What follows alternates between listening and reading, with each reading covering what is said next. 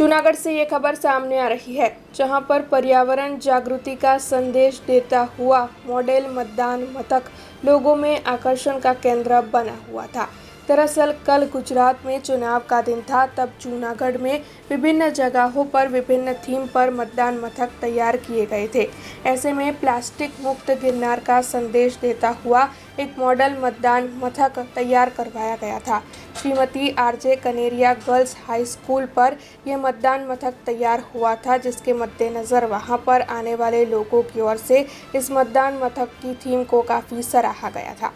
લોકશાહી પર્વની ઉજવણીના સંદર્ભે અમે સપરિવાર આજે મતદાન કરવા માટે અહીં કનેરિયા સ્કૂલમાં આવ્યા છીએ।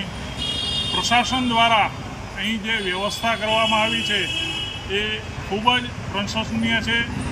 અહીં પર્યાવરણની જાગૃતિ અર્થે ખાસ કરીને જે સંદેશ આપતું કાર્ય કરવામાં આવે છે એ ખૂબ જ બધાને આકર્ષિત કરે છે। ખૂબ જ સરસ રીતે અહીં બધું स्वागत કરવામાં આવ્યું છે। अब खबरों से लगातार अपडेट रहना हुआ आसान। BRG न्यूज आपके मोबाइल स्क्रीन पर। आज ही BRG न्यूज की mobile app Google play store और ऐप स्टोर से डाउनलोड करें और खबरों से लगातार जुड़े रहें।